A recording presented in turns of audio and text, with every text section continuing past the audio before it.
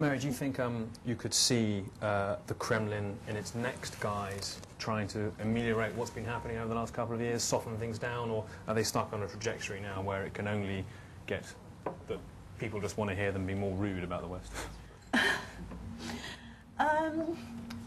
It's very hard to say because domestic politics, you know, every head of state pretty much, from George Bush downwards, has one message that they have for their domestic audience, and if they're clever politicians, they have another message which they put out to the rest of the world, and that if they're even cleverer, then those two messages don't contradict.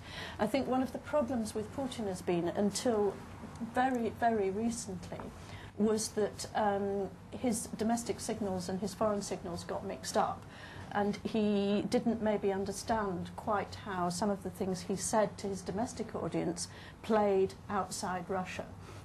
And it may be that whoever follows him, and if it's somebody like Sergei Ivanov, who is one of the favourites, I think he would be much cleverer about balancing the messages that he gives to the home audience and the foreign audience. But an awful lot of this depends on how the outside world behaves towards Russia. I mean, that's dictated a lot of the way Putin has responded now. I would like just to say something about Iraq, because I noticed today that in his phone-in, Putin said, in fact, the same thing that he said to us, which was that he thought the Americans ought to set a date for a withdrawal. Now, the other impression, the overwhelming impression that came from asking Putin about Iraq was how generally understanding he seemed of America's predicament. I mean, the question we asked him was an opening for him to lambast Bush and America and say this was a ridiculous thing to do, we argued against it, look at the mess they've got themselves into, it's their own fault. That's not what he said to us.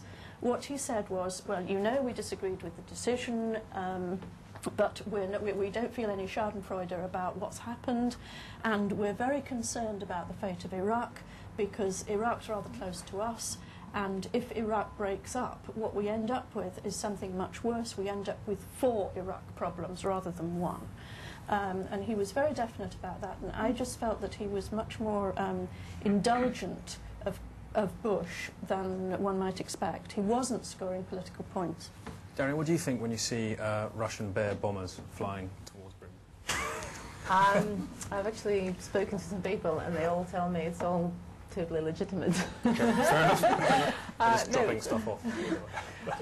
No, but the thing is, it is true that Russia returning to the airspace, even for training, immediately arouses some concerns with our partners, with our allies, with our counterparts, whatever. But the thing is... You must go, oh, hang on a minute. Part of you must think, why do we need to... particularly with propeller planes that look quite old and embarrassing. We must need some new planes, right? That would be it. No, but the thing is, with when NATO planes fly their, 300 hours, it's a normal thing. As soon as one old Russian bomber just gets out there, everybody says, ooh, Cold War, they're scary. Yeah. So in that sense, I don't think it's a legitimate way of saying we are launching a new Cold War.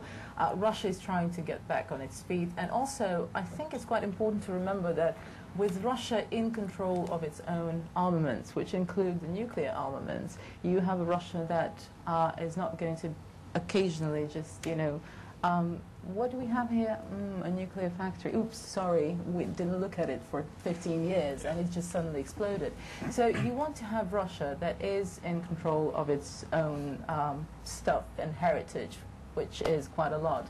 And in that sense, I think it's better to have Russia that is safer and feels safe than to have Russia that is just